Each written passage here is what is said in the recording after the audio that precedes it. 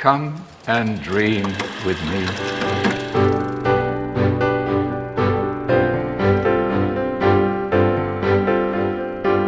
Hello and welcome to What Do You Want to Watch, the Explosion Network's premier media podcast. Every fortnight we get together to talk about movies, TV and online content and help you answer the question, who is the Hollywood foreign press and why do they have bad taste? I'm your host, Ashley Hobley. Joining me this episode, Dylan Blight. Do you want... No, I'm not answering that We'll question. get to it later. Yeah, okay. Hello. And also joining us, Nicholas Byer. I am also Minty, your host.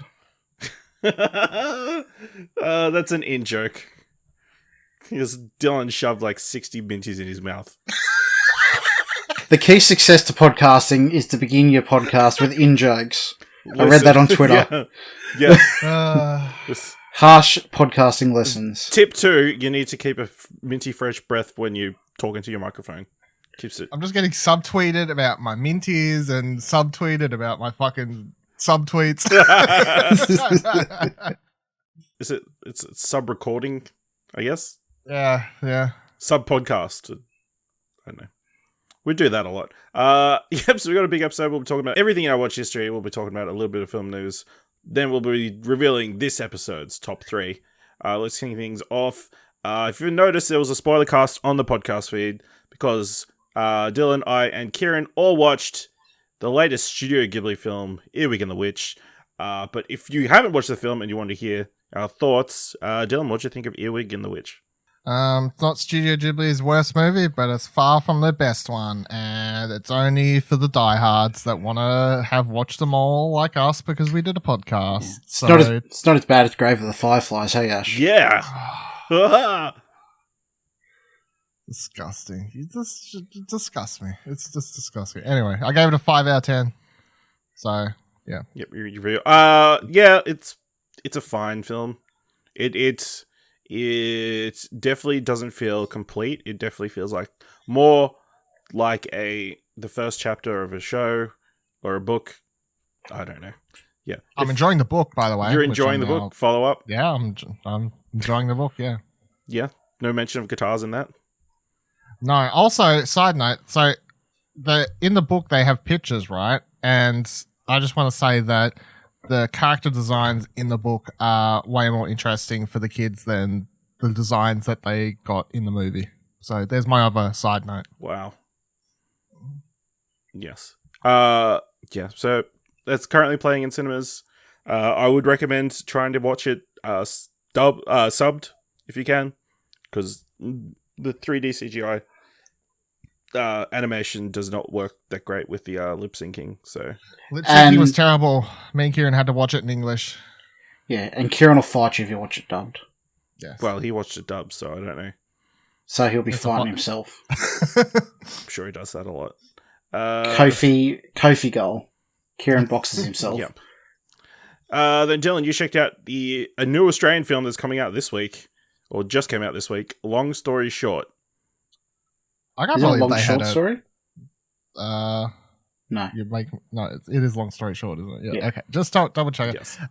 So yeah, this is a romance comedy. Cool concept. I really enjoyed it.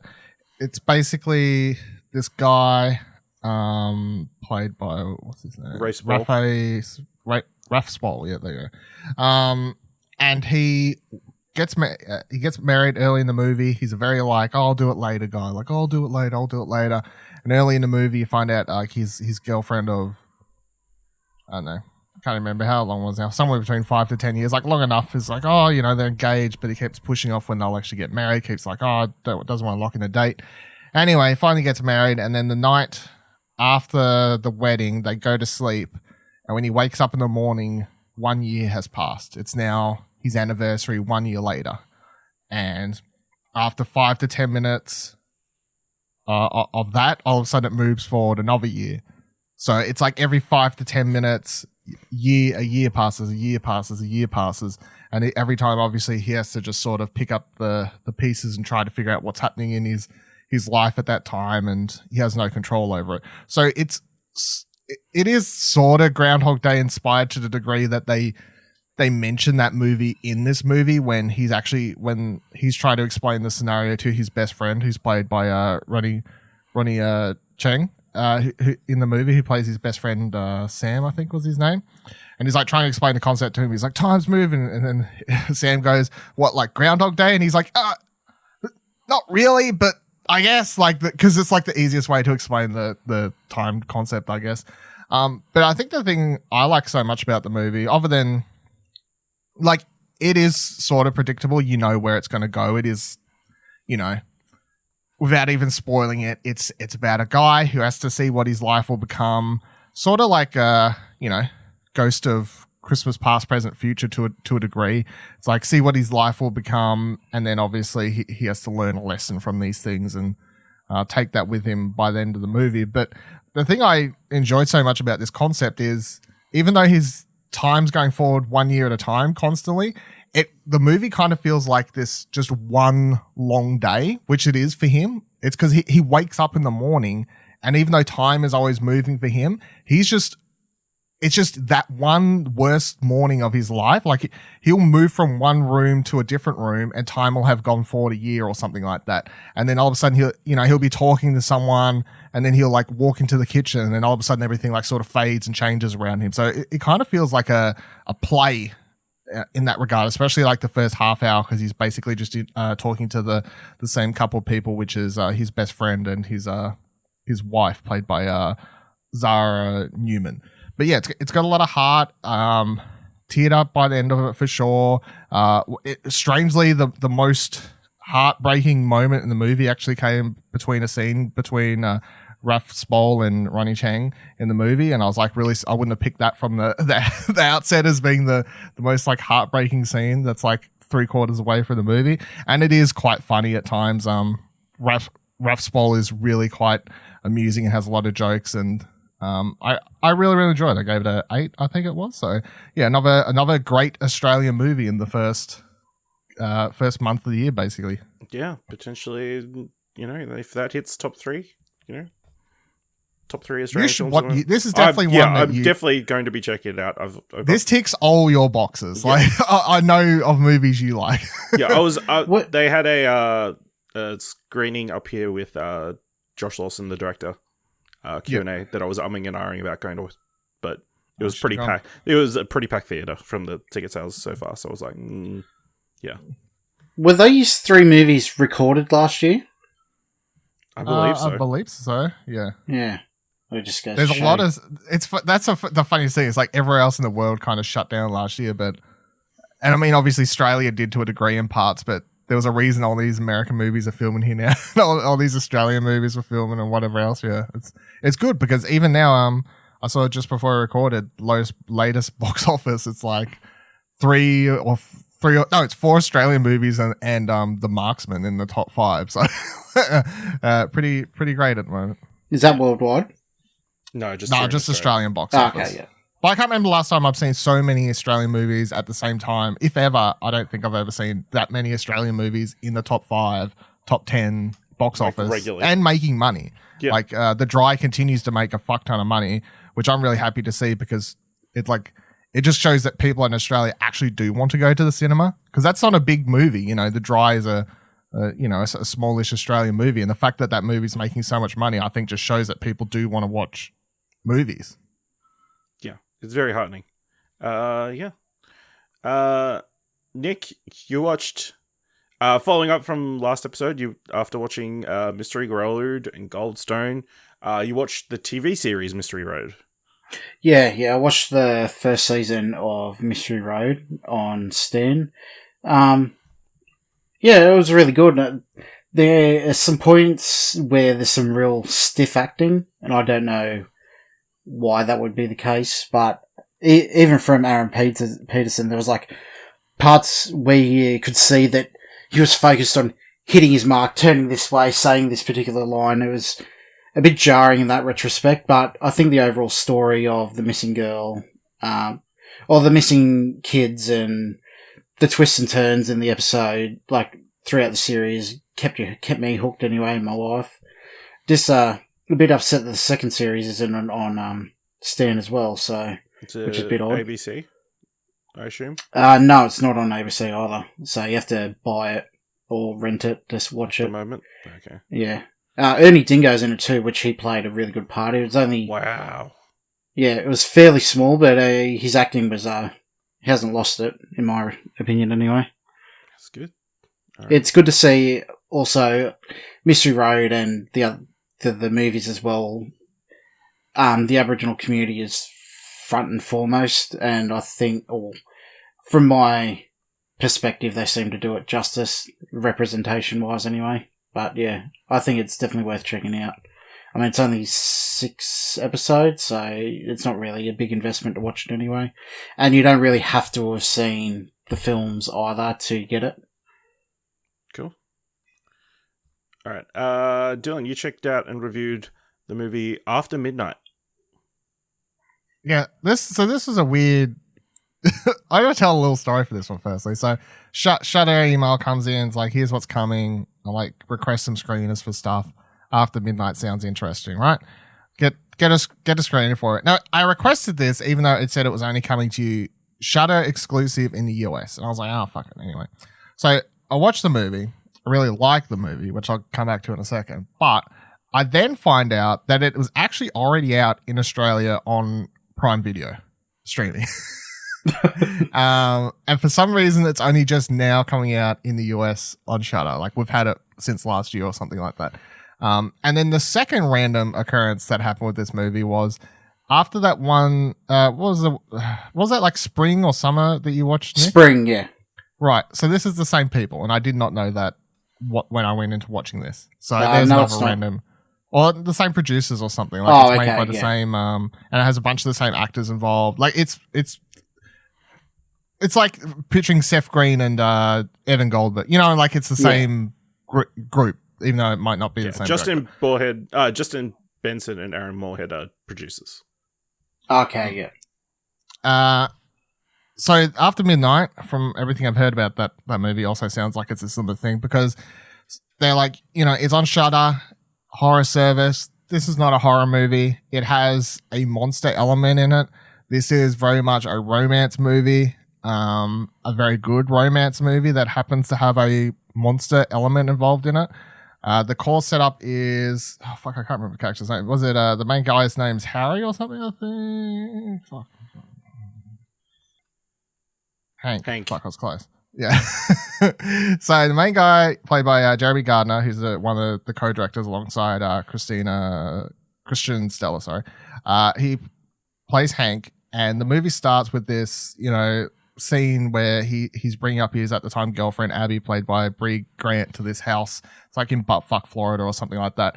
And the film just starts as very much a romance. Like, he's wooing her. You can tell she's in love with him. They're joking around, blah, blah, blah. And then all of a sudden, like 10, 15 minutes into the movie when this is all happening, you just hear a shotgun go off, and it cuts to present day time where Hank, now sporting like a beard and looking like a crazy lunatic, is shooting a shotgun into his front door because you can hear a monster or some sort of beast clawing the shit out of his door. And that's kind of set up with the movie. It's like present day, Abby has gone missing, his long-term girlfriend, because the present day is like 10 years later. And you flash back to see how much the romance was blooming, all these things at times throughout the movie. And then you go to present day where it's like he's saying there's a monster coming to his house after midnight, hence the title, every single night since she's disappeared. And of course, if you've watched any sort of movie, you straight away jump to the question of, is the monster real? Is the monster just supposed to be it's only turned up since his girlfriend's disappeared? Is it just in his head? Is it supposed to be represents his some sort of emotional feeling or something like that? And of course, I'm not going to answer that for you, because that's why you should watch the movie. But I think it very much knows what the audience would be thinking while watching it. It's not a scary movie. The monster stuff isn't really played super tense or anything. It's just played at kind of straight. The movie is very much focused on the romance and the realities of long-term relationships and the hardships that come with long-term relationships and these sorts of things. The film has one of my favorite sequences I've watched of anything so far this year. It has this absolutely insane, I think it's like 10-15 minute one shot where Jeremy Gardner and Brie Grant, Hank and Abby are just sitting on the front porch, and they have like this 10-15 minute conversation, and it's all just one shot, and it's insane how much emotion they get into this one scene of them just going back and forth, and that's definitely the standout scene from the movie. But yeah, I really, really enjoyed it. From what I could tell, all the negative reviews come from people being like, this isn't a horror movie, why is it? Like that sort of stuff. So if you go in knowing that it's not exactly that and it's something a little bit different, then you probably enjoy it. To the degree I could tell Ash, who hates horror movies, he would probably enjoy this because it's not scary, and I know he likes romance shit. So Dylan, you checked out the New Zealand film that came to Stan? Savage. What do you think of that one? Yeah, so this is a crime movie set in New Zealand, obviously.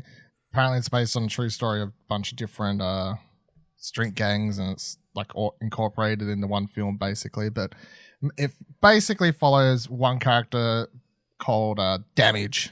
I can't remember if he actually has a real name at some point in the movie, but Damage. He's played by Jake Ryan. Australian actor playing New Zealand, come on. But anyway, Interchangeable. And yeah, that's true. He starts the movie as a kid, gets into trouble. His family sends him off to whatever you call little kid jail, whatever, Juvenile. Juvenile, right? Yep. Gets sent to juvenile. He makes a mate there called Moses, and then it's one of those movies where it kind of shows an act of his childhood, and it skips ahead an act of his teenage years when him and Moses are kind of starting this gang together, and then the act of his adulthood, and it jumps back and forward a couple times. Crime Moonlight. Yeah, but I guess if you want to go there, the acting's pretty good in it. There's some like good locations and costume design and these sorts of things. I think I gave it like a 7 or something of that on Trakt. Like it's okay. It doesn't quite hit the nail on its head. I don't know. I nearly felt like I would have preferred a more just normal movie instead of doing like the 3 time period structure or something, like, because at times it feels like it set itself up these boundaries to work within, and that kind of holds it back at times from just being able to tell a more coherent and possibly even a more interesting story. But it's definitely interesting that it stands out if you see the poster or anything, because the main character Damage has this Tattoos. giant tattoo on his face, but not even like I mean I've seen tattoos on face, but it's like a mask, I guess, which is what it's like right across the middle of his face. It's supposed to be like a mask or whatever, but it makes it stand out. Anyway, yeah, so it was interesting. Cool. And then you checked out the second Euphoria special. Did it live up to the first one? Not quite as good as the first one, but still really fantastic. And I can't wait to get more Euphoria, because these two specials have... Weirdly, I don't know if it was... Because obviously it's hard to say what would have happened in a non-pandemic year, and like maybe they would have just smashed out season 2 and had that happen or whatever, because these specials are very much the product of COVID and like being able to film these things while they can. But between both specials, they do a lot of somewhat rewriting of things that happened in the first season. Like, so a couple key things that happened between Rue and Jules in the first season, they sort of do this because both specials are from different characters' angles. So the first one focuses on Rue and the second one focuses on Jules.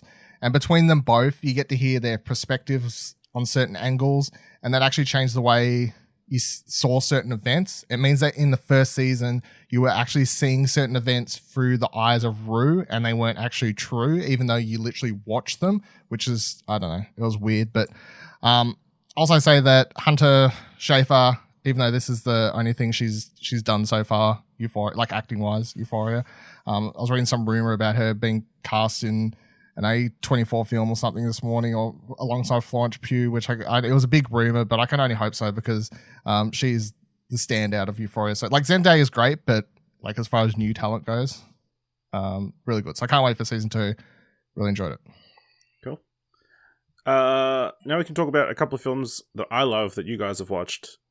Nick, you watched Spider-Man Into the Spider-Verse for the first time. I did. For the first time. I don't know why I held off seeing it. I don't know either.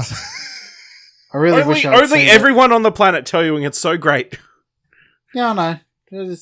I missed the time frame for when it was at the cinema, and then I was like, oh, I'm in no hurry to see it.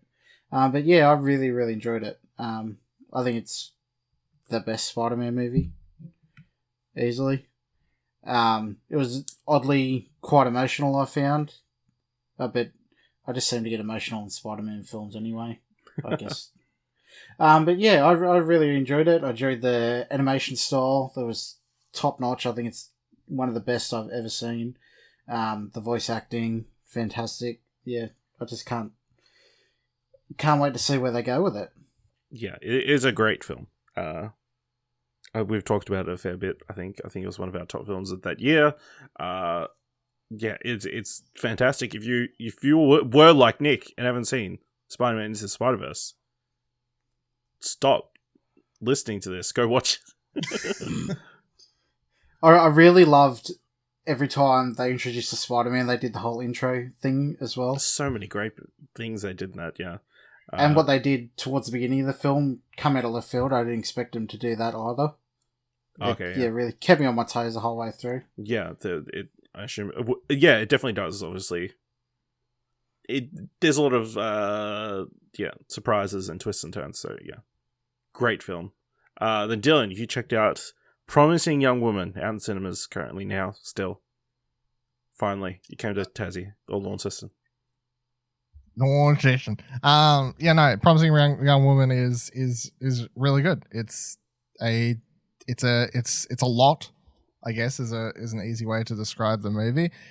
At the same time, it's really hard to explain what the hell this movie is about without kind of spoiling it, because the weirdest thing about this movie is I feel like the first half hour you have no idea what the fuck is going on to the degree, and like I'm not going to answer this question, but the movie starts with Carey Mulligan's character Cassandra, and she's meeting up with men, right?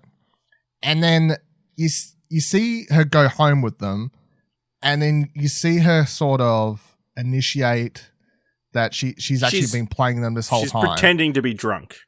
Yes, that's but the moment she shows her card, it cuts away. So, and I'm not going to answer the question, but for the first half an hour or so of this movie, you are like, what is she actually doing to these men? Like, what is actually happening to them? And that's why the first half hour, it was really like, am I watching the most horrific horror movie of all time? Like, what am I watching here? You know, like it's quite confusing that way. I mean, the movie is confronting. It's has a lot of dark subject matter. Like, I'm not going to beat around the bush. There's a lot of focus on rape, and I don't know if it's a spoiler to say if there is or isn't any rape scenes. There's no rape scenes. I was like, yeah, I don't think there is, but I think that's fine to say, just because people won't be triggered and that kind of stuff. But so if you want to know, there is no rape scenes, but the movie does heavily focus on talking about and discussing people who have been or could have been raped or sexually assaulted and stuff. So it means the movie is quite heavy on subject matter and makes it quite hard to watch. I really enjoyed the ending, as weird as the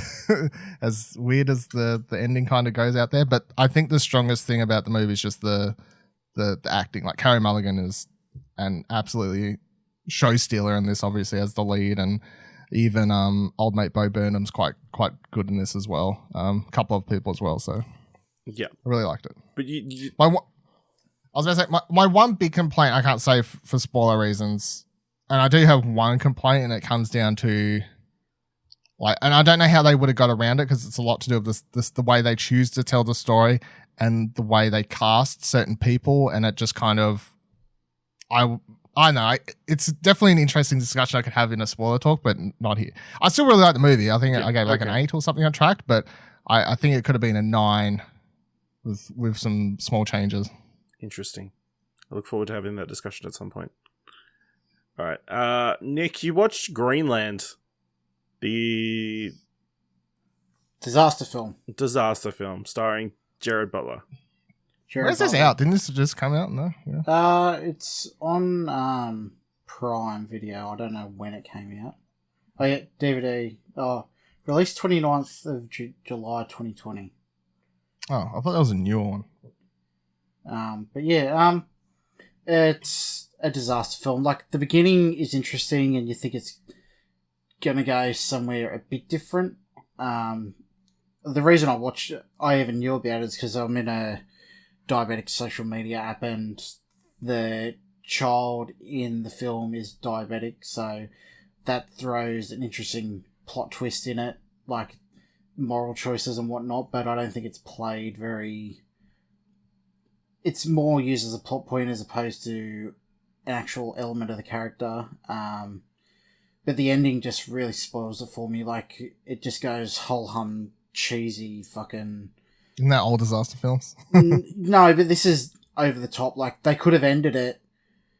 Like, it has a false ending and then an ending. And at the false... If they left it at the false ending, it would have been... Oh yeah, that's good. It doesn't end the way every other one does, but then the ending after that just really spoils it for me. Yeah, like, if you're into disaster films, it's completely serviceable as that. I like Gerald Butler as an actor, and his wife, I can't pronounce her name, but she has been in quite a few things as well. I liked her acting, but yeah, I mean, it's a disaster film. There's not much more you can really say about it. Oh, Marina Baccarin. Yeah, that's the one. Yeah, okay. And then, Dylan, you watched Citizen 4. Yep. So this is this is just me again trying to watch documentaries that I've now got on a list of, you know, the documentaries everyone reckons the top ones and I should watch or whatever. In case anyone doesn't know, this is the documentary that was made about Ed Snowden back in the day. Like, right, it was, when did it come out? It came out in 2014. So it came out literally the year after everything was popping off, and you know, obviously he leaked all the documents and all that sort of stuff. The movie basically all takes place in a hotel room, which may sound super boring, but it's also just the most real life thriller shit you can watch. Like, the movie starts with introducing you to how Snowden contacted director Laura Poitras, I think, say her name, and Glenn Greenwald, who's a writer at The Guardian at the time, and like doing it for all these coded messages, and you know, like, we need to like get secret ways to contact each other and all this sort of stuff. And then they meet up in the hotel room, and this is where in the hotel room she's filming as Snowden is explaining to Glenn and one other writer like everything, and they're posting their articles, like the original articles that broke the news worldwide about what the NSA, how they're tracking everyone's data, how they're hacking into all your phone lines, and you know, like all this sort of stuff. So it is super interesting, and it's like one of the most real life thriller type things you can watch. Just someone straight up explaining this stuff to the people who would then go write it, and then Snowden sitting in his hotel room watching the live news feed as shit goes crazy. And then towards the end of the movie, it covers how the rather ridiculous process of him trying to, you know, disguise himself to escape the hotel room, how he gets trapped in an airport for over a month. You know, like, it doesn't go super in depth to what happens after that. It's mainly about the breaking of the news stories, and as I said, mostly in the hotel room, but I did find it super interesting if you're at all interested in, I guess, Snowden and that period, that pieces of news that happened there. Watching this actually made me want to watch that the Oliver Stone movie, which I never watched because everyone said it was pretty shit. And I was like, I remember it didn't get too many high regarded reviews. Joseph Gordon-Levitt, yeah. And I wasn't too fussed about it. I was like, if I'm going to watch a Snowden movie, I'll just watch Citizen 4 one day, which I finally got to now. But weirdly, watching this makes me just want to watch that to see how dramatized some of this stuff is in that movie. Like, just him sitting in a hotel room as all this stuff happens and whatever. Because I know in that movie they have someone playing Laura as she's filming this movie. Someone playing Glenn Greenwald and all these sorts of things. So I don't know. It's good though. Great. Speaking of documentaries, I checked out the latest. Well, I wouldn't say the latest, but the No Clip YouTube channel has been doing these Hades documentary pieces for the last 2 years, and I kind of just binged all 6 parts of the series. Really great, interesting look at a video. One Explosion Network's video game of 2020.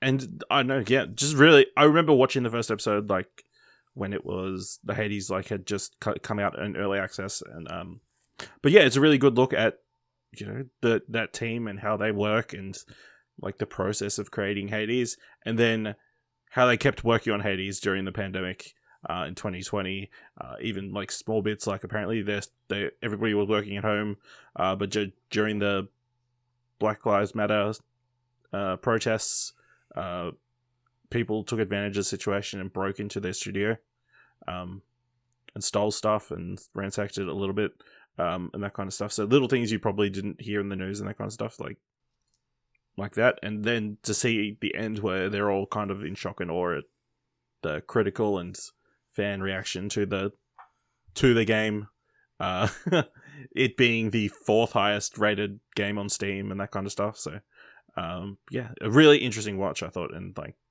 weirdly enough, I actually started watching that first episode again on Friday when I went to Thursday or Friday night when I went to bed. So good timing, because I think it was because I saw Danny O'Dwyer tweet, all episodes are out now, you should binge them all or something, and I was like, that is a good idea. I just got into bed, so let me start now. And I'd only ever watched the first one as well, so I rewatched that one. Now I'm up to watching the second one. Yeah, but yeah, really good. All right, I guess we're in like a weird horror section of the episode. So what's weird about horror? Everything. Dylan, you watched Unfriended. This Unfriended was pretty good. I always thought it would be kind of shit, but it's one of those, you know, the camera, it's just the screen, everyone's having a Skype chat or whatever it is, and it's about these teenagers who mocked this girl basically for, I don't think this is a spoiler to say, but they mocked this girl for shitting her pants while she was drunk at a party, and someone leaked the video online, and that pushed the person, like all the bullying pushed that person to commit suicide. So and now all these friends get on to a chat one night, and someone comes in and is basically like, I know what you did last summer, like that sort of thing, and a bunch of freaky things start happening. I quite enjoyed it. These types of movies are very much like, if they get it right, it's entertaining. If they don't get it right, it's just stupid and silly. But I thought this one was actually quite good. Cool. And then you watched the sequel, Unfriended Dark Web. Yeah, that one's not as good because it's the sequel. So no, it's all right. It doesn't try to mimic the same concept. It just tries to take some of the same sorts of ideas, but not do the same, like, as focused story. And it basically builds on the idea of it. I don't know. By the end of this movie, it sets up like a third one in a ridiculous way, and I doubt they'll ever make it. But no, the first one made a lot more sense. Okay, Nick, you watch You're Next? Yeah, I watched How this. good? I watched this because I saw a Simpsons parody of it. A claymation Simpsons parody. Thank God for yeah, The Simpsons, right? It didn't waste any time getting into it. It's about this family. They're in this mansion, like in some secluded area, and these people come in and just start killing them off one by one. And the main actress, she's an Australian that I've never seen in anything before. Yeah, have Home and Away. Oh, yeah, well, I never watched that. And Shiny something. Yeah, and she's, I don't know, some survivalist, and she starts fighting back. I mean, it's pretty predictable from there on out, but the ending, I think, is what made it memorable for me, the way that it ends. I know a lot of people aren't a fan of that, but I thought it was a really good subversion of how those movies tend to end. I really like that one. It's a lot of fun. Adam Wingard movie, who he does a lot of good horror stuff, and And now I'm having high hopes for Godzilla vs Kong because I know it's not a horror movie, but I like him as a director. So And it is quite gory too. Okay. Good to know. Skip that one. Dylan, you watched Oculus? Is this the story of the Oculus Rift? It's all about VR? No, you won't let you use it without Facebook. I couldn't help. Every time I saw the title of this movie, Facebook and I never takes watched over. it. It's all I could fucking think about. Yeah. The real so this villain is is Mark Zuckerberg. No, Jesus Christ. So this is a Mike Flanagan movie, so I'm like slowly approaching the stage where I'll just watch all Mike Flanagan's movies. It's like told over 2 periods of time where as kids, I think it's Karen Gillan is one person, and I can't remember the brother, but it's a brother and sister who had something horrible happen in their childhood. And then the brother spent a lot of time in like a psychiatric ward for it. And then he's getting out early in the movie. And Karen Gillan's character has tracked down the thing that she reckons caused them all this like pain, which is a mirror. And she reckons they've got to find a way to destroy the mirrors to stop these demons from doing what they did to Gen. Katie Sackhoff plays their mother in the flashback sequences to their childhood. So it's got a pretty decent and entertaining cast. It's very much it's not a gory horror film. It is a spooky ghosts type, that sort of thing one. And I really enjoyed it. I like the way the story was told with the sort of flashing back every now and then to explain sorts of things. Karen Gillan is really, really good in this. She kind of just controls any scene she's in. She's definitely the one in charge of the scenario. She plays that role quite well. And Katie Sackhoff is really good in the flashback scenes as well. And I mean, it's a Mike Flanagan movie. I feel like at this stage I'm just becoming a Mike Flanagan super fan. He can do no wrong, so. All right. Then you watched Fantasy Island. That was shit ass. Nothing like the TV series? Absolute shit. This is one of the worst horror movies I've watched in fucking some time. And I know that everyone said it was bad when it came out, but like most of the time I'll put off watching there's bad something. Bad, and maybe there's like good bad. Yeah, so that movie I was talking about before, it's got like a low Metacritic, and I gave it an 8 or whatever after midnight. And like, who knows what the critics know apart from me. Anyway, they were right about this one. This one's fucking terrible. Don't watch this. I don't even need to, that's all you know. Shit. Cool. Nick, you started watching Bates Motel. Yeah, we'd obviously finished Mystery Road, and second season wasn't available, so we were just looking for things to watch, Stacey and I, and we had talked about watching it at some point years ago, and I thought, yeah, may as well watch it. It's good. I don't know if it's going to get better. Like, it seems to be, I guess, full on in a way, I guess Banshee is, or like it's a small town. It seems like everybody's got a fucking secret, and there's people dying left, right, and center. And I don't know if it gets better. I know a lot of people have said it's one of the better TV shows they've seen, but I don't know what they're comparing that to. I think we'll continue watching it, but yeah, I haven't got high hopes for it currently. I watched the first season and I wasn't hot on it, apart from I thought the 2 actors were quite good, but I wasn't particularly into the story being told. But then everyone said it got better. It was one of those shows that was like, it gets better. So yeah, I've heard a lot of people say it gets a lot better once it starts, I guess, getting up to the timeline of the movie. The movie Psycho, which you also watched this week. Yeah, which I had never seen before. Whoa! Wow. Yeah. I thought I'd better watch it to get some sort of context of what's going on in the show. Spoilers. Yeah. Yeah, you spoiled yourself. You know what's going to happen. But I mean, it's spoiled for me anyway, because, like, who doesn't know what happens in that movie at this point? Yeah, I quite enjoyed it, considering its age. 1960, I believe. I think it's spot on 60, yeah. Yeah. It's a bit jarring the way it's told, I guess, just from the age of it. I know it was groundbreaking the time it was contemporary, but yeah, I could appreciate it for what it was. The storytelling wasn't conventional. From what I know, the subject matter I guess with, an spoilers, incestuous kind of like relationship with his mother and all that kind of stuff, and split personalities and stuff. So yeah, I quite enjoyed it. I think it's definitely something every film buff should see. We'll see. Actually, it's barely a horror at this point. Yeah. Moving on. Like, Dylan, you watched the Belko Experiment. Yeah, so this was the one that James Gunn wrote between the Guardians movies, I think, or around that time. It's directed by the guy who did Wolf Creek and Rogue and all that sort of stuff, Australian guy. It is office building in I can't remember where it is. It's not America though, which is important to the actual plot, but basically it's like some non-American country.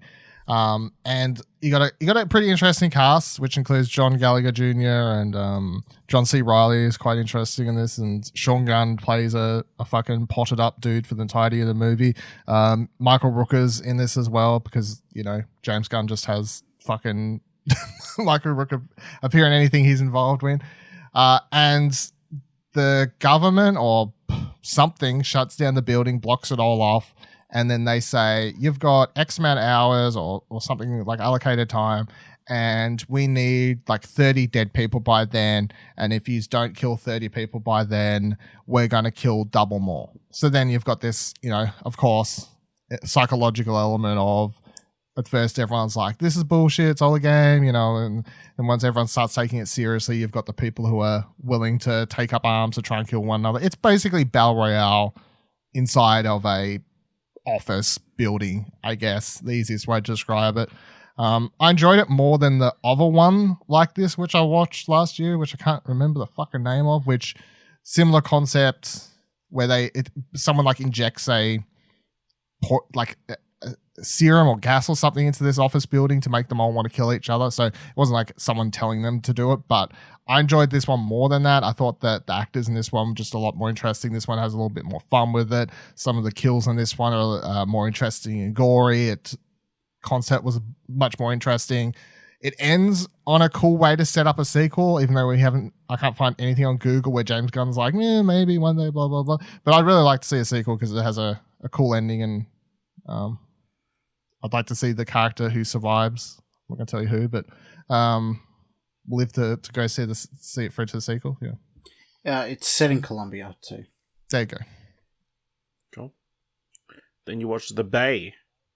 Yeah, this I didn't I didn't love this one. It's basically like a environmental, like it's someone. I looked up the trivia and someone brought to the director, who I can't remember who it was, but apparently someone brought to the director the idea of doing a documentary about some American town where the water's getting infected and it's like killing people there and you know, like poisoning them and stuff. And apparently the director was like, no one will watch that. It sounds boring. So he then took that idea and basically turned it into a found footage type horror movie where it's like this camera crew and a couple other people's cameras you get to see it through, where it's this one day in this small town or whatever where they're having a celebration or something, and then people start drinking the water and then their skin starts like going all red, and next second everyone's like flooding in the hospitals and they're fucking falling sick and dying and their limbs are falling off and all this sort of thing. And you know, like obviously the environmental message of this movie is very much on the fucking nose of it. I would have found it better if the cast is basically a bunch of unknowns and a lot of them are either bad at acting or just annoying. So like that was the one thing I found the most tedious about it. Or else it could have been better. The director is Barry Levinson, who directed Good Morning Vietnam, Rain Man. There you go. That's the one. Yeah. Yeah. So it's an interesting thing for that person, which was I can't remember what I gave it, like a 5 or a 6. It could have been better, but yeah. Then you also watched Ouija, Origin of Evil. So I did what I've done to a lot of these horror movies, where I watched the prequel to the movie I haven't watched, which I did to Annabelle and something else as well. And I did that because Ouija. I remember when Ouija came out, the first one, everyone was like, yeah, this is pretty shit house. And, you know, I added it to the list of horror movies I might watch one day when I just feel like watching a shitty horror movie. But Origin of Evil, it was done by your man, Mike Flanagan. So I was like, fuck it. It's a prequel. What do I need to know? And this was actually quite good. Origin of Evil. As far as I could tell, there's like one small connection to the first one or the original movie that I don't need to know much about, but it's got a lot of Mike Flanagan regulars in it as well, which, you know, I think he just likes using certain people. And basically the setup is that this woman played by Elizabeth Reeser, right? She has two daughters, and she does fake readings, I guess, like, you know, like has people come in like, oh, speak to your dead husband, and she has the kids like help by like having them shake curtains and all this sort of stuff, and she's not doing it in a con way. She explains that she likes doing it to help people move forward with their lives if they can after they speak to a loved one or something like that. But lo and behold, Ouija board comes out. The mum's like, oh, that sounds cool. We'll get one to help out with our work at home. And then all of a sudden, the youngest of the daughters is really connecting with the Ouija board, and she reckons she's speaking to their lost long father. And if you've watched any devil freaking ghost movies before, you know you're not supposed to actually speak and invite the ghosts into your home, because that's probably a bad thing, and they're usually not the person that you're actually talking to. And I'll say no more than that. Cool ending, great setup, lots of great scares, typical stuff. Mike Flanagan, 10 out of 10. I didn't give it a 10, but Mike Flanagan, 10 out of 10. 10 out of 10 for being Mike Flanagan. Yeah. Jeez. He's my favorite horror director at the moment, I reckon. Like, he's the man. All right, change of tone. Nick, you watched Mask of Zorro. Yeah, I was there when it was on. So add it to Trakt. Yeah. I visited my parents and Dad was watching it, so I was there for most of it, so in the logbook it goes. I'd seen it before, I didn't really pay attention of it. I think it's fine for what it is, a campy, I guess, genre piece. Yeah. Catherine Zeta-Jones, Anthony Hopkins, Antonio Banderas. Yeah. That's due for a reboot, right? Sure. They were trying to do that Django and Zorro movie, which Quentin Tarantino did that comic book, and then he was actually trying to turn it into a movie, so... Oh. One day, maybe. Yeah, that's a thing, I guess. All right. One more thing, but let's move into the mandatory Netflix segment of the show. So I watched a new South Korean sci-fi film that came to Netflix, Space Sweepers. I just want to say, yes, I'm going to watch this because everyone on Twitter is fucking talking about it. So I just saw it on when I went to go watch Penguin Bloom this morning. I saw it on Netflix. I was gonna mean to watch it. Yeah. So it follows a crew on the ship called Victory who happen upon a wanted robot and then try to make money off of it. I guess I'm trying to be a bit vague because you guys are keen to check it out. I had a lot of fun. I think it's a real delight. Like really interesting world, really great core cast. It's an interesting one in which it's multilingual.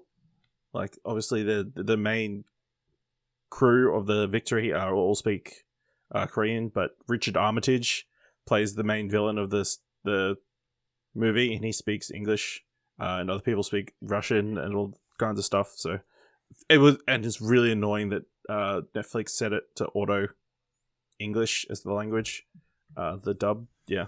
Oh, auto dubbed it. Oh, see, that's how they screw with Dark. They just continue to fuck around. Come on, man. Come on, Netflix. Let's just have a preset. But yeah, super fun time. It has like kind of like Cowboy Bebop vibes, but probably a little bit more zany. So yeah, a really good sci-fi.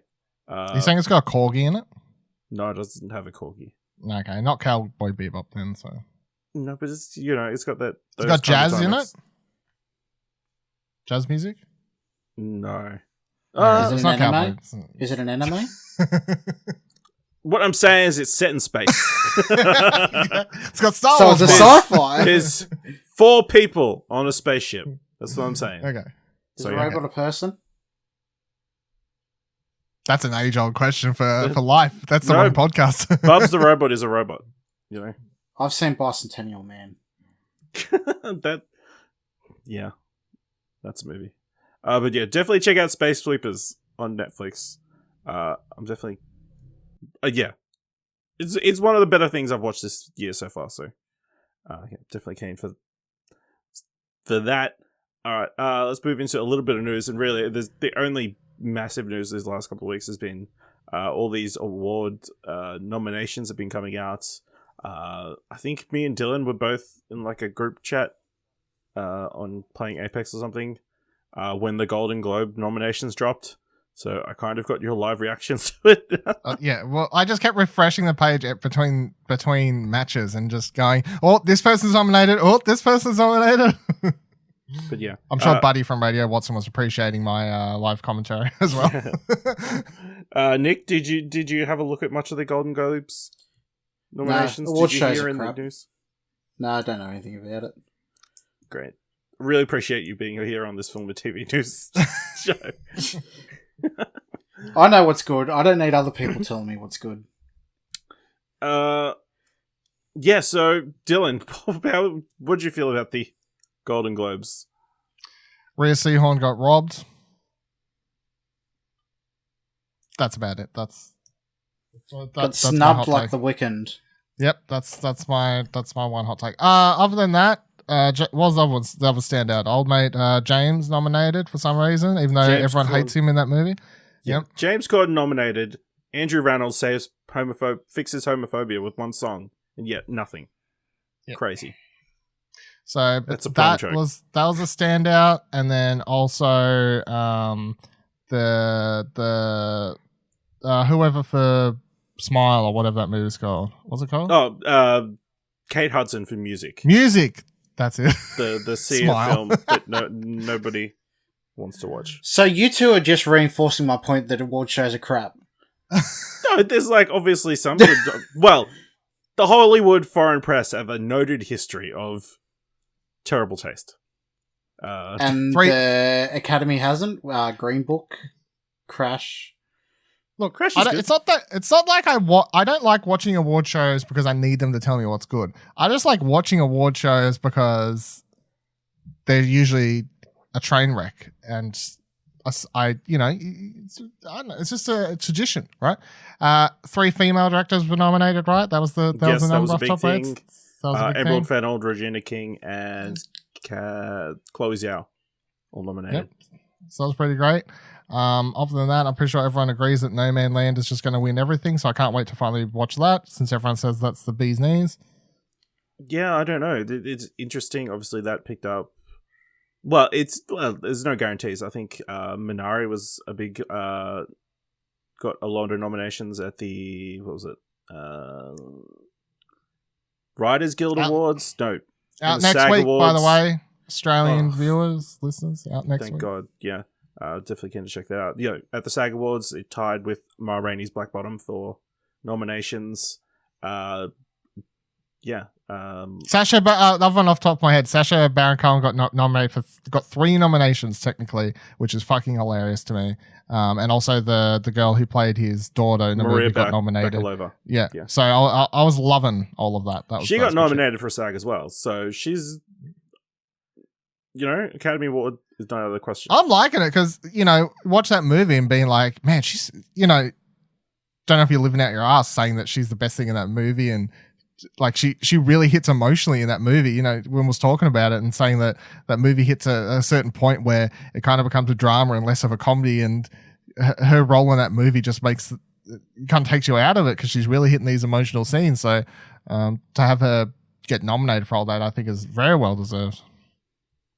Definitely. And then Sacha being nominated for his dramatic role in Trailer's Chicago 7 for Best Supporting, where he's really good in that movie, obviously. And then on the opposite end, getting nominated for playing fucking Borat, and then getting nominated for being one of the producers of Borat as well. So, Not many people got that many nominations in one Golden Globes before, so. Not in the Golden Globes. Who's it? Oh no. No. I'm thinking of the SAG Awards where Chadwick Boseman picked up 4 nominations because they also for double up for ensembles. But then also Olivia Colman picked up 4 nominations for Work in the Crown and for The Father, which that's a film to keep on your radar as well. That's probably going to be, I suspect. Talking about quickly go over the best, I guess the Golden Globes best drama and television categories. So best motion picture dramas are Nomadland, Mank, The Father, Promising Young Woman, and The Trial of the Chicago 7. Best motion picture musical or comedy, Borat subsequent movie film, Hamilton music, Palm Springs, and The Prom. And then in the television categories, here we go. Best dramas were The Mandalorian, The Crown, Lovecraft Country, Ozark, and Ratched. And the best comedy series were Emily in Paris, Ted Lasso, The Flight Attendant, Schitt's Creek, and The Great. So reading those, there again a couple of other ones that kind of stand out as Ratched, which was Ratched, and shout out to Emily in Paris because I'm seeing that person just get claimed they wrote it on Twitter for the last week, and that's been one of the most hilarious things to watch happen on Twitter. So, who's claimed what? Haven't you seen that? I don't know who the person is. Someone kept tweeting like, I wrote that girl tweeted. I presume it's a girl. It has a female DP, but they tweeted, "I wrote Emily in Paris, and I don't even think it should be nominated." And then that took off, and then all these people from like BBC and Hollywood Reporter were sending emails to that person, going, "Hey, can we speak to you about the writing and to be this clear, and all this sort of stuff?" She was not the writer of Emily in Paris. And to be clear, she's not involved in that product at all. I don't even know who this person is. And everyone just keeps going. All these people emailing and going, "Hey, can we talk to you?" are one Google search away from finding out who the fuck was involved in this show. It's so ridiculous. Anyway, so could be ghostwritten. You don't know. Yeah, sure. No. But yeah, Emily in Paris. That a lot of people upset about that nomination. And a lot of people, I can't remember who tweeted it, but was pretty much saying that people should stop hate binging TV shows, which apparently a lot of people did for a show like Emily in Paris, because that propagates more shows like that, which are not good. Yeah, stop watching shitty TV and watch good TV. There you go. What do you mean hate binging? I don't know if it's hate binging, but you know when people watch shitty TV and they just claim it under they went, "Oh, I hated it, but I binged it." You know, like I watched it all, I binged it all anyway, or I watched the first episode, but then I binged the rest and I couldn't help myself, but it's so bad, you know, and all this sort of stuff. Life's too short to watch shitty TV. Yeah. I don't know. Do you know, maybe you just need to be like in the zeitgeist. But yeah. Some you know, I was very happy Ted Lasso picked up some nominations. Yeah, there's Anya Taylor-Joy picked up 2 nominations. Can't believe they snubbed Kristen Milotti, but after giving it the nomination to Andy Samberg, how does that happen? That makes no sense to me. And then again, the Hamilton thing is kind of weird. I think who was the other nomination? The SAG Awards put them underneath the best TV movie, which is probably more accurate for Hamilton. I would put it under, well, you know, the category in the Emmys where there's like a category for like live TV events or specials or something. Yes. You know, like where they award shows like the Oscars at the Emmys for being such a good show or something. That's where Hamilton should be nominated, in my opinion. Yeah, it's a weird one. So there's my 2 cents. But yeah. So what are the nominated films that you're still keen to check out for the rest of before the Academy Awards come around? All of them. I don't give a fuck. I watch all of them. The ones I'm most excited about are Minari and Nomadland, though, I guess. Yeah. Minari next week, Nomadland next month. I think it's March, yeah. Yeah. Oh, fuck. Jesus. Yeah. March is the full release, so yeah. Might watch it before the fucking Oscars then, I guess. Yeah, the Oscars aren't until April, so. But excited about Minari, I guess, if they show it here. Yeah. Yeah, so I'm keen for Minari. Nick, does anything we've talked about matter? Yeah, I'm keen to see Nomadland. Not because it's been nominated, but I like Frances McDormand. Can't argue with that. So Dylan, you wrote an article on explosionnever.com talking about shows releasing weekly and how that's much better. Do you want to expand on that? Loose description. I'm sick. I got sick of the last couple of weeks. So for the first couple of weeks of WandaVision, everyone just kept complaining that the show was moving too. And by everyone, I just mean like I was seeing a lot of tweets, not just from people I follow, but just, you know, popping up because people were liking them that I don't follow and this sort of stuff. And I saw some articles and whatever complaining that WandaVision should have been all dropped at once because the first couple episodes weren't interesting enough, and they people complaining they didn't understand what was happening. And all these complaints to me are just utter nothingness bullshit, because to complain 2 episodes into a 9-episode show that you don't understand what's happening is just a non-complaint to me. I'm like, you're literally 1 chapter into a however many page book and you're going, I don't understand everything. It's like, well, how about you read the rest of the fucking book then? You know, like, how about you watch the rest of the fucking show before, and then, you know, shut the fuck up. And I just kept thinking about it because everyone kept complaining. And then after this last week, everyone was like, oh man, I wasn't loving WandaVision. But now after these last 2 episodes where they've started to, you know, show their hand a bit more, people are like, oh, they should so much better now. Like, oh, all this sort of stuff. I'm like, I swear, I know I've complained about this over the years in different forms and stuff about just some shows I think would be better released week to week. Some shows I like being able to binge and this sort of stuff. And I just feel like everyone being able to binge shows has kind of just ruined the way people interact and digest television to a degree. Like, everyone's just got so used to Netflix over the last 5-6 years or whatever, just being able to, a show drops, they watch it in one fucking day, they talk about it that night on Twitter, and then by next week they've completely forgot about it. No one's talking about it anymore. There's no time to actually have discussions about what's happening. I just find it ridiculous, considering that's literally what the good thing about TV used to be, that you would watch an episode and then you would talk about it with your friends, with your family, with whoever, you know, especially. And the examples I bring up in my article was like Game of Thrones, the more recent one where, you know, everyone would be digesting it, and fucking even Westworld is still going at the moment. It's a good show to do that with. But like, even fucking Sopranos, Lost was the biggest TV show at its time. Everyone was fucking watching that show. Nearly everyone, like everyone in my family, including my nan and pop, were watching Lost, and no one knew what the fuck was happening in that show every week, but we all still watched it. And whenever the whole family was around, we would all be like, so did you watch Lost last night? Yeah. So what the fuck's up with the polar bear? Don't know. You know, like, but we were still enjoying it, and that was just kind of the thing, you know. And I bring up the fact that everyone watched Twin Peaks and everyone loved Twin Peaks, and absolutely no one to this day still has any idea what the fuck happened in Twin Peaks. So I don't know. I feel like everyone just needs to, I don't know, everyone's just wrong. Like, I just don't, I feel like I'm just on the right side of history where everyone complaining that WandaVision should have been a bingeable show. I just don't want to hear it. It's one of these topics I just don't even think I'm even close to being wrong about. I'm like, you're wrong. You reckon WandaVision should have been bingeable? No, you're wrong. You need to shut the fuck up. 100% wrong. And without spoilers, as I say in my article, because it's got spoilers, but like, I do bring up the most recent episode, big cliffhanger. Everyone on Twitter's talking about it. Everyone's having all these theories. You know, we got time to do our podcast about it. Even if I wasn't podcasting, I'd still be talking to friends about it, I'm sure. And, you know, like having these theories and discussions. And that's my favorite thing about good TV, is being able to theorize and discuss and, you know, have these cool things like, well, what's that mean? What's this going to happen next? And if this show was bingeable, as it was, people would have got to the end of this. You would have had it spoiled. People would have spoiled the fucking ending. You'd be like, oh, I'm up to episode 3.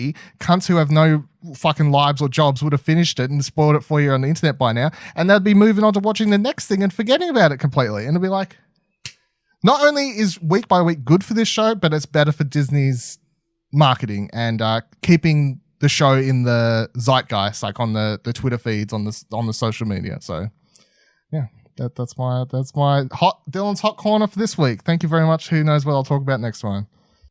Nick, you have any thoughts?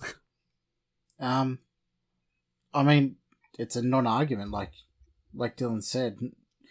If you wanted to binge it, why not just wait till it's all out and then binge it then? No, but I want it now. well, then take it as it's given.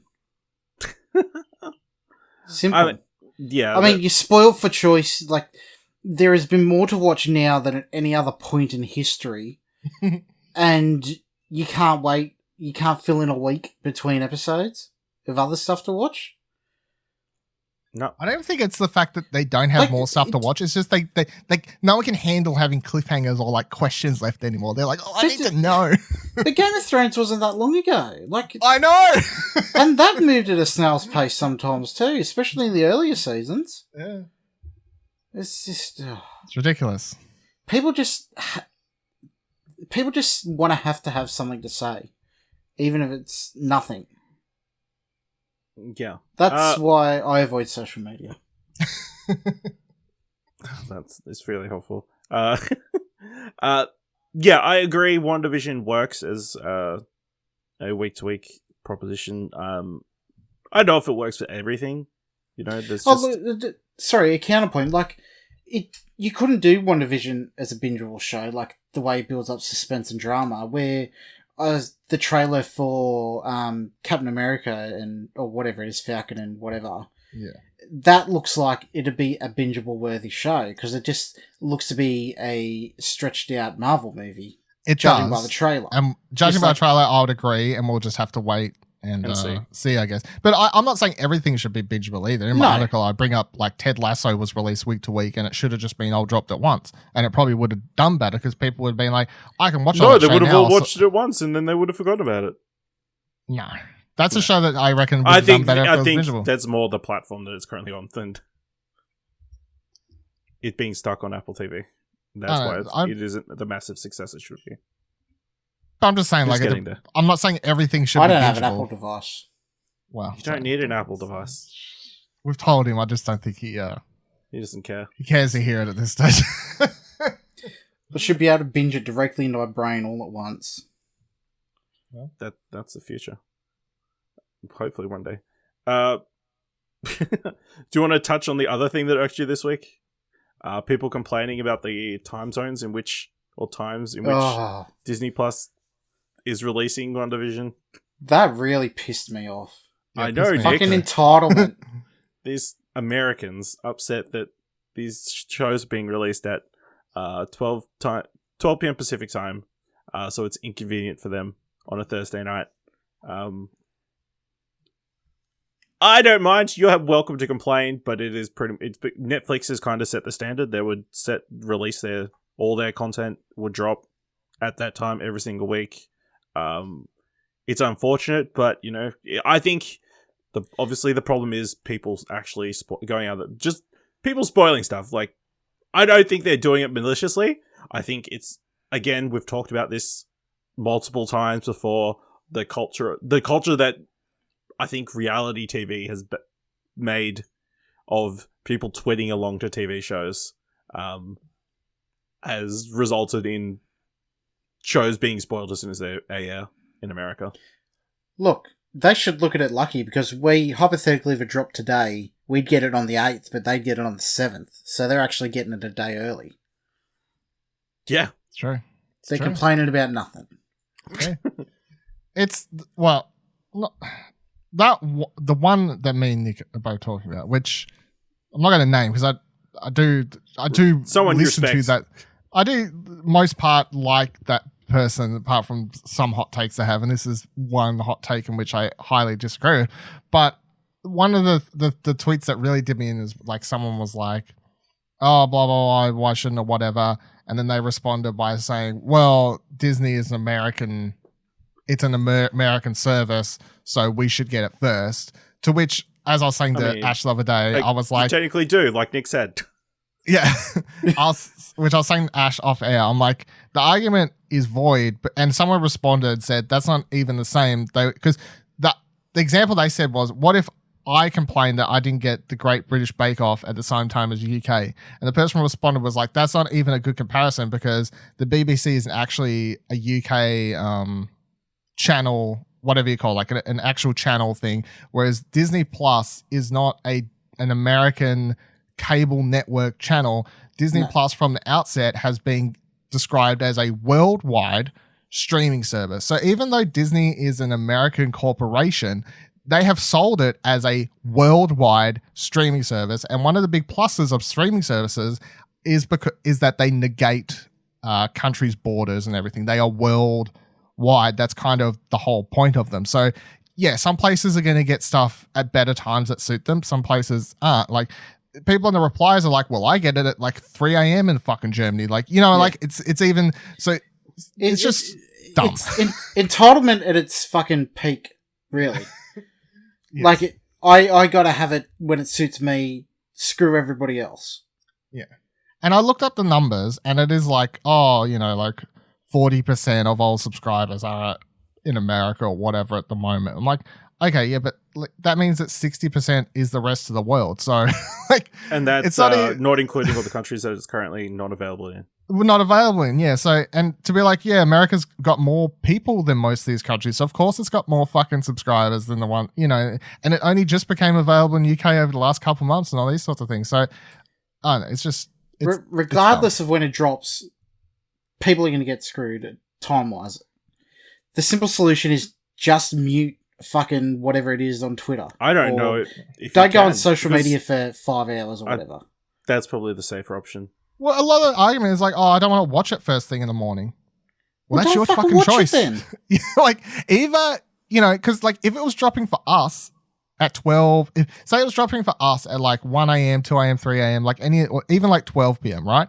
I'd be like, well, let's be honest. If it was dropping at 12 a.m. at night, I'd fucking just stay up and watch it at 12 a.m. But if it was dropping at 3 a.m., I would just be in the habit of, oh, it's Friday, I'll get up that a little bit extra early and I'll watch the fucking episode. Like, that's what you do. Like, I don't want to watch it in the morning. It's not the best time for me. I'd rather watch it at night with a glass of wine or some shit.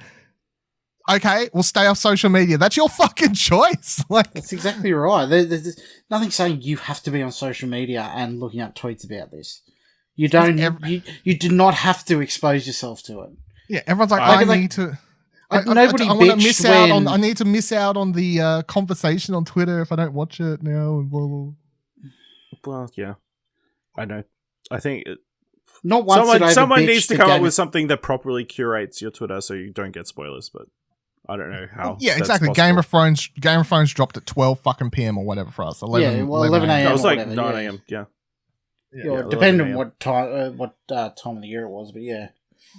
Which you can never complain about because it's on fucking HBO, an American cable network. Like, it's not even inarguable. Yeah. So, yeah. Deal with it. So, I've got a new ongoing segment. Worst idea of the week. Okay. So, occasionally I would come across these terrible ideas for movies, and I know we didn't do Would You Want to Invest this week, but I just can't save it. So what I want to do is, you guys, 1 out of 10. Give a score out of... give a score 1 to 10. 1 being, that's fine. 10 being, horrible idea. Okay? And now I'll tell you the story. What if we think it's more than just fine? Is that -1 or minus 10? That's fine, yeah. We can go whichever... You can adjust the scale however you see fit. Right. Rapper Lil Yachty is developing an action heist comedy based on Uno. Yes, the card game with Mattel Films. Marcy Kelly wrote the screenplay for the movie set in the underground hip-hop world of Atlanta. Though the cast has not been announced, Lil Yachty is being eyed for the lead role.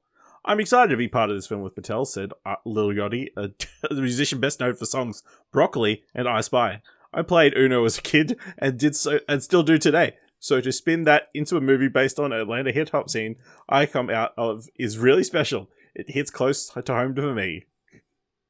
Uno was created in a Cincinnati barbershop in the 70s as a way for families to spend time together.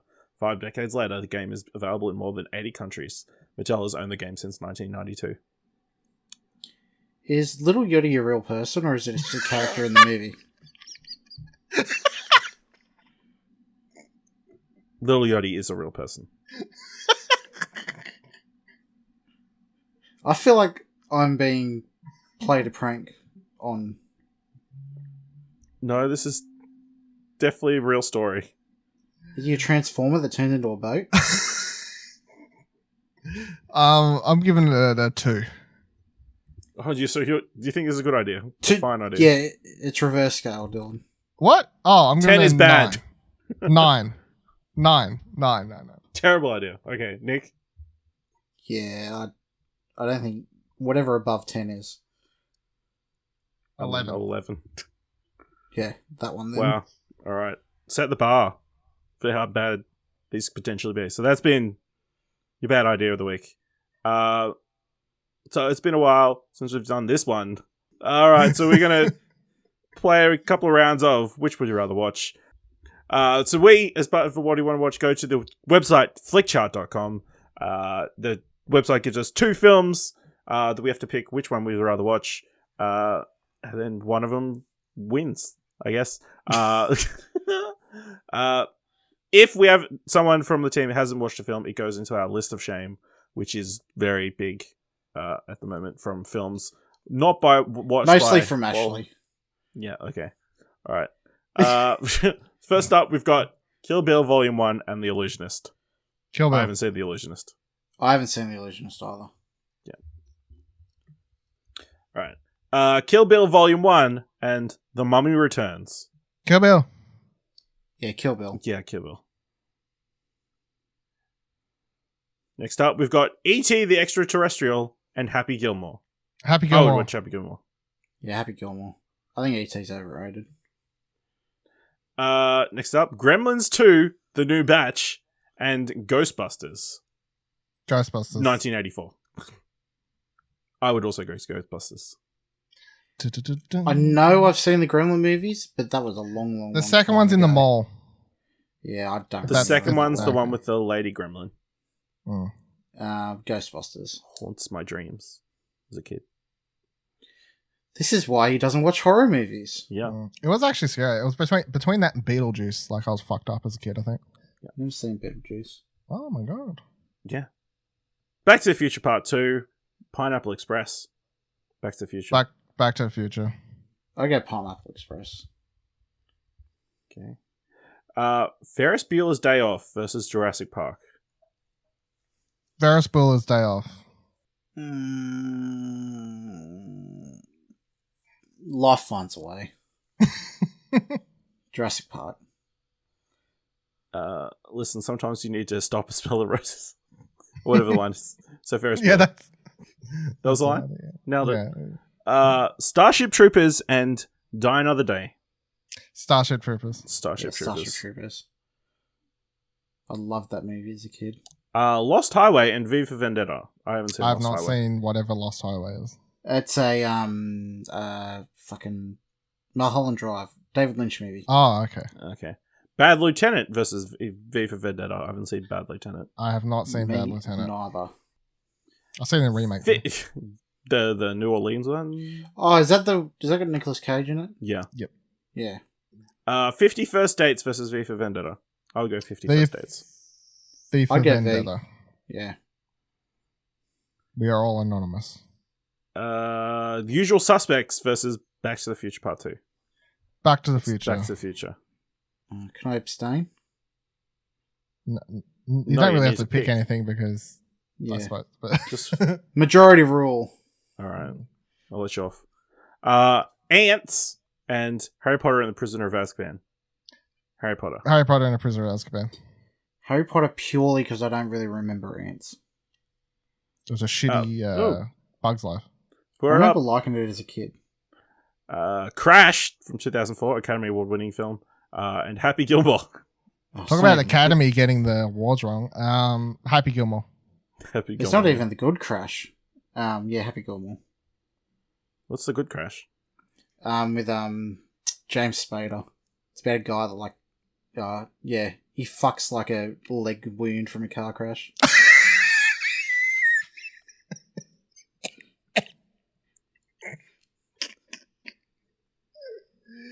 What's the next one? It's a David Next one. Cronenberg movie. Okay, that makes sense. That makes more sense. Die Another Day and Babe. I'm Babe. gonna go Babe. Yeah, Babe. Men in Black 2 versus Tucker and Dale versus Evil. Tucker and Dale vs. Evil. Yeah, Tucker and Dale. Tucker I and love that Dale. movie. You don't like horror movies, Ashley? No, but we That's watched not it as horror, part man. of. We watched that one for What Do You Want to Watch, didn't we? Or Yeah, something. I can't remember the episode, Oh, but shit. it was good. Cool Runnings versus The Fast and the Furious. I've not seen Cool Runnings. What? What? What is it? It's It's about the bobsled Jamaican team with John bobsled team. Candy and Disney Never heard of movie. it. Disney Go movie. watch it on Disney What? Plus. Never heard of this movie. Oh, it's a Oh classic. my Dylan. god. Is it like actually good or is it like offensive? Yes, now? it's good. They're Jamaican bobsledders. Okay. Like I understand the concept, but like they don't They're- have snow. they- I think that's the joke, right? Like they don't have snow. That's the joke, right? Yeah, It's based on a true story. it's based on a I was true about to say, I feel like I've heard of this. Like, yeah, true story makes great. sense. Transformers versus The Fast and the Furious. Nick, which one are you Fast and gonna pick? Furious. The Fast Why'd and you ask him Furious. first? You come the fuck on. Because I don't know. I thought it would be a tougher. The Fast and the Furious, the first one is the best one. Yeah, I'll go Fast and Furious too. Atomic Blonde. No, the versus- first one, Ashley. Atomic Blonde versus Star Wars Episode 1: The Phantom Menace. Star Wars. Yeah, Star Wars. Yeah, I'll Go say Jar Star Jar. Wars. Go Jar Jar. It's We're your birthday. prequel memers here. Cars versus 50 First Dates. I'll go 50 First Dates. 50 First Dates. I don't like cars. Yeah, 50 First Dates. I don't really The like movie, either. not the automobiles. Just to Uh, clarify. Yeah, just to clarify. Young Guns versus Blade. I haven't seen Young Guns. What? What? No. Have you seen Young Oh. Guns too? No, okay. Well, I wouldn't put it past this group because Dylan watches the prequels. Well, Yeah, not the mention prequels, this- not the sequels. Just the mention this one. Beetlejuice versus Blade. I haven't seen Beetlejuice either. So, Come on, guys. Michael Keaton. Return of the Jedi versus Blade. Return of the Jedi. Return of the Jedi. Yeah, that one. Three Kings versus X2. I don't think I've seen X2. Three Kings. Tropic Thunder versus X2. X-Men X2. Tropic Thunder. I would go X-Men. Yeah, it's pretty close. Napoleon Dynamite versus Apocalypse Now. I've not seen Apocalypse Now. Napoleon Dynamite. You haven't seen Apocalypse Now? No, Why are you surprised? it's fine. I watched Yeah, I the should Five be. Bloods. I got the scene. Napoleon Dynamite versus Inception. Napoleon Inception. Dynamite. I'd say Napoleon Dynamite. Great All right. movie. Kill Bill Volume 2 versus First Blood. Rambo First Blood. Kill I Bill. haven't seen Rambo. You haven't seen Rambo? Yeah, yeah, it's true. Kill Bill Volume 2 versus Titanic. Kill Bill. Kill Bill. Titanic. I hate Kill Bill too. All right. The Crow versus Knocked Up. I haven't seen The I Crow. haven't seen The Crow. Yeah, I knew that was coming. 50 First Dates versus Knocked Up. Knocked Oh, up. what highbrow film critique we got here. 50 First Dates. Nick. Yeah, 50 First Dates. All right. A Bug's Life versus Zombieland. Zombieland. Yeah, Zombieland. Bug's Life? All right. We'll finish on this one for the moment. Bruce Almighty versus Star Wars Episode 2: Attack of the Clones. Bruce Almighty. Yeah, I'll go Bruce Almighty as well. I got Attack of the Clones. And then to end this segment, I figured looking at our top 10 is pretty not great. So I think if each one of you wants to nominate a film for us to work a rank properly to end the segment. So Nick, what film do you think deserves to be on this top 10 list? Put me on the spot here. So what are we picking? Black Hawk Down. Haven't seen Black Hawk Down. Oh my god. So we What's pick- that? we What's pick- that? Paul W.S. Anderson film? Oh no, Paul There- Thomas Anderson. There will be You narrowed blood. it down. No. The Adventurer. hotel one. Oh fuck! I've got to look it up now. Dylan, you go first. I'm picking something that I think should be in the top 20 of all time, is what you told me. Yeah. that's not in that list. It's a pretty terrible list, to be honest. So, Yeah. Reservoir Dogs. All right. Grand Budapest Hotel. Oh, okay. All right. We'll do that next. That's not a Paul W.S. That's a Wes Anderson movie. Wes Oh, Anderson, same. Too many directors with the same name. Similar name. Literally added a fucking name. All right. Well, Reservoir Dogs is not doing too bad. Currently ranked at 31, but let's see if we can get it higher.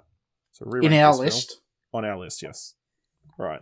So I'm Reservoir surprised Dogs you've seen versus Reservoir Tucker and Dogs. Dale versus Evil. Reservoir Dogs. Reservoir Dogs. I'd go Tucker Dale. You're not helping. Reservoir Dogs versus Harry Potter and the Prisoner of Azkaban. I'll go Reservoir Harry Dogs. Potter. I go Harry Potter too, yeah. I think Prisoner's the best one. This is not going good. It went further down. Reservoir Dogs versus Shrek. Reservoir Dogs. Shrek. Oh, what the fuck? I like Reservoir Dogs. but I don't think- I would probably watch Shrek too. Eat a fucking troll fucking This is wax. what we'd rather watch, not what we think is a better movie. Yeah. watching Reservoir Shrek. Dogs. Wing waffles! Shut up! Reservoir Dogs versus Robin Hood Men Tights. I would go Reservoir Robin Dogs. Hood. Fuck off. I would much rather watch Robin Hood Men Tights. It's a super fun that- film. It's because you only Yeah. like kids' movies, for fuck's sake. Robin you Hood is a pretty entertaining movie. Yeah, Yeah. that's what you're going with. I didn't Wow. realize there was a metagame to this to try and pick something that I thought yous would actually like. Like, I thought I was just picking something. Yeah, It's gone this is down. great. This- You're throwing your dog into the ring. yeah. It I doesn't didn't realize survive. that's how this worked. I didn't Yeah. realize how the game worked. You fucked me. You fucking corner cucked me. How hard. many times? How long have we been playing this game? I didn't know what happens when Ash just decides to chuck a movie into the ring. Well, it gets fucking put against every other movie in here. Now you'll know for next time. Reservoir Dogs versus Armageddon. Reservoir Dogs. Armageddon's fucking boring, Ash. Don't even fuck around. Yeah, okay, Reservoir Dogs. Reservoir Dogs versus The Professional. Leon, The Professional. Probably watch Reservoir Dogs. Yeah, Yes. probably Reservoir Dogs. It's got better music. Less problematic. Reservoir Dogs Yes. versus Daredevil. Don't 2003. even. Yeah, the director of Leon likes kids. The director of Reservoir Dogs likes feet. I know what I'm taking. Cut that out and use that as a promo for this week. Yeah, I'd pick Reservoir Dogs out of these two. Yeah, Reservoir Dogs easily. Reservoir Dogs versus South Park. Bigger, longer, and uncut. Reservoir. I'd pick South Park, but yeah. And Dylan would have gone Reservoir Dogs. Yes, I'm only going to tell you Yes. if I wouldn't have changed my fucking choice. It's now dropped 99. it dropped like 50 fucking positions, you pieces of shit. Alright. So, next pick was... Grand Budapest Hotel. By Paul W.S. Anderson. Paul Where's- W.S. Thomas. Where's Paul Anderson. W.S. Anderson? Alright. So this is unranked currently, so here we go. Grand Budapest Hotel versus Tucker and Dale versus Evil. Grand Okay, Budapest. Grand Budapest. Grand Budapest. You pick something I like, though, so Yeah. I like Reservoir Dogs too. no, you don't. Yes, I do. This the is not a friend. movie I'd sit down and watch every day. I will. I'll Yeah. prove The Start a blog. Prestige versus Grand Budapest Hotel. I go, This is tough. yeah. Probably Prestige. Prestige. Yeah, I'd probably also go Prestige. Prestige, underrated. Grand Budapest Hotel versus Shrek. Here's your boy. Here's your green boy. Shrek is love. Shrek is life. No, Grand Budapest. Grand Budapest. GBH. Yeah, I go Grand Budapest. Yeah. Grand Budapest Hotel versus Doctor. Grand GBH. Budapest. Grand Budapest. Grand Budapest Hotel versus Blade. GBH. GBH. GPH. Grand Budapest Hotel versus Bugs Life. GBH. BH. Grand Budapest Hotel versus Ferris Bueller's Day Off. Ferris GBH. Bueller's Day Off. Wait, what? Ooh. Ferris Bueller's Day Off. I love that movie, man. It's good shit. Yeah, I'd have to go Ferris as well. So, Look, yours congratulations. replaced the position that the Reservoir Grand, Dogs is at. the Grand Budapest Hotel is now They ranked swapped. 60. Suck it, Dylan. My movie's Uh, better than yours. I'm going to go What's Ashley putting in? Scott Pilgrim versus the World. Yeah, I'm never. It's not on the list yet, so... Yeah, well, whatever it's up against, I'm picking whatever it's up against. Scott Pilgrim versus Happy Gilmore. Scott Pilgrim. Happy Gilmore. Happy Gilmore. Scott Pilgrim versus Meet the Parents. Scott Meet Pilgrim. the parents. Scott Pilgrim. Scott Pilgrim versus Triple X. Triple X. Scott Pilgrim. Scott Pilgrim. Scott Pilgrim versus Pinocchio. Pinocchio. Scott Pilgrim. It's less Scott racist. Pilgrim. Scott Pilgrim versus iRobot. iRobot. Scott Pilgrim. Scott Pilgrim. Scott Pilgrim versus Crash. Scott Not the Pilgrim. good Crash. Just to clarify. Okay, yeah. Yeah, so what are you going with now, Nick? Crash. Scott Pilgrim is less Scott Pilgrim. racist. Scott Pilgrim versus Atomic Blonde. Scott Pilgrim. Scott Tom Pilgrim. Blonde shit. Atomic Blonde has some okay action scenes. It has that one okay action scene. Scott Pilgrim versus Tucker and Dale versus Evil. Tucker and Dale. Tucker and Dale. Scott Pilgrim.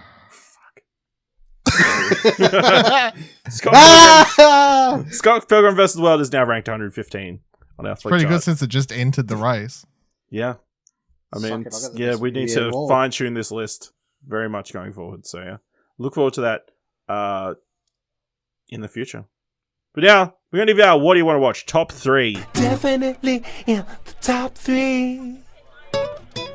So this episode is releasing 12th of February, just days before Valentine's Day. So to help you decide what you should watch for Valentine's Day, I've asked everybody to give our top 3 movies to watch this Valentine's Day. So Nick, how about you kick us off? What's your number 3? We don't really celebrate Valentine's Day, so I've picked some unconventional romance Fight movies. the Hallmark. Fucking No, we all know. We all know Valentine's Day is something created by corporations to make you buy shit for your significant other when you should love them every single day of the year. But yes, anyway. My first one is going to be Spring, the movie by... Are these in order, or you just... They're in the order that I wrote them down just before starting the episode. Mine are 'cause I've actually got to- ordered, so everyone can look forward to my list. Yeah. Mine Thanks. are top 3 of the 3 that I've chosen. Good job. Okay, good. Yeah, so Spring by Aaron Moorhead and Justin Benson. I talked about it last week. It's a monster movie, also a romance, which I think a very successful romantic movie. It's about overcoming, I guess, differences and learning to accept somebody for who they are and come to realise that you do love someone disregarding all that. Yeah, fantastic movie. All Good right. romantic movie. Great. Dylan, what's your number 3? My number 3 is Love, Simon, which came out in 2018, and it was one of my favorite movies that year. And it's really good. Coming of age movie. It's basically like a throwback John Hughesy type degree, like a modern day John Hughesy type high school drama, romance. Obviously, the key thing about this is it's actually about Simon, who's coming to terms with the fact that he's gay and how he deals with that, and also tells his family and all these sorts of things. And I absolutely adore the cast in this movie. And I remember just sitting in the cinema bawling my eyes out by then. So great movie. Love that. Watch that. All right. My number 3 is my favorite film from 2020, Palm Springs, a romantic comedy set inside a time loop. And I think if you're with your significant other watching this film, and you can both agree that you would get along while stuck in a time loop, living the same day after day after day after day, that's the person for you. So, it's a test. You have to turn to your significant other and ask, Would you put up with me if we were stuck in a time loop? I just have to hope they say yes. By the way, Otherwise, it's since gonna you're be really clarifying your Are you asking us or asking the audience? awkward. Ask the audience. That's what the audience should ask their significant other when they're watching Palm Springs. When they're finished watching Palm Springs. If your list is from the angle of this is a good movie to watch with your significant other, I just want to say that my list is simply movies that I would watch by myself on Valentine's Day.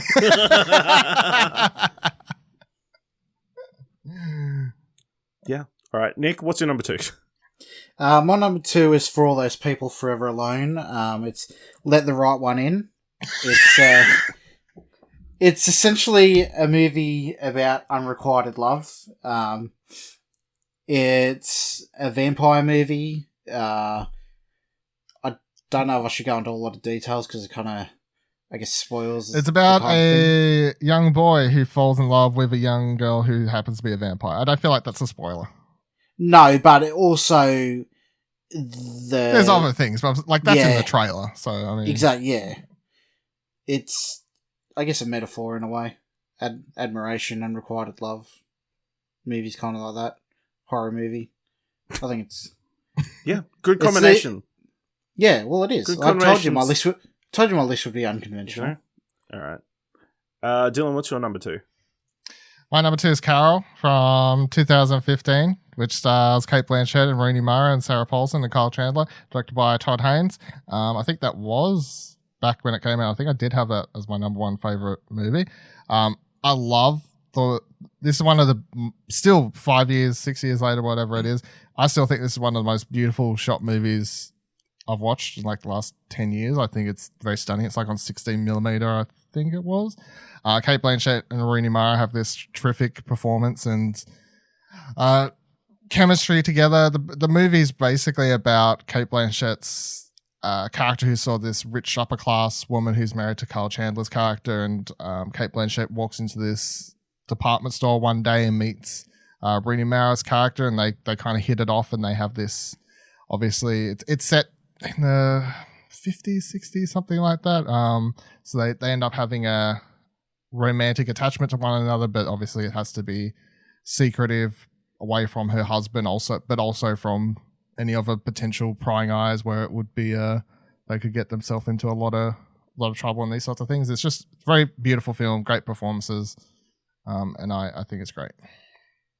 All right. My number 2 is All the Boys I Ever Loved Before, the romantic comedy from 2018 starring Lana Condor and Noah Centineo, in which Lana Condor plays Lara Jean, who as a coping mechanism for all the boys she has a crush on, she writes like letters and then stows them away, and then suddenly those letters all get posted, and then love blooms and that kind of thing. Really charming teenage romantic comedy that was really beautifully shot, well dressed, really charming characters, and then if you get through that, you can watch the other 2 films because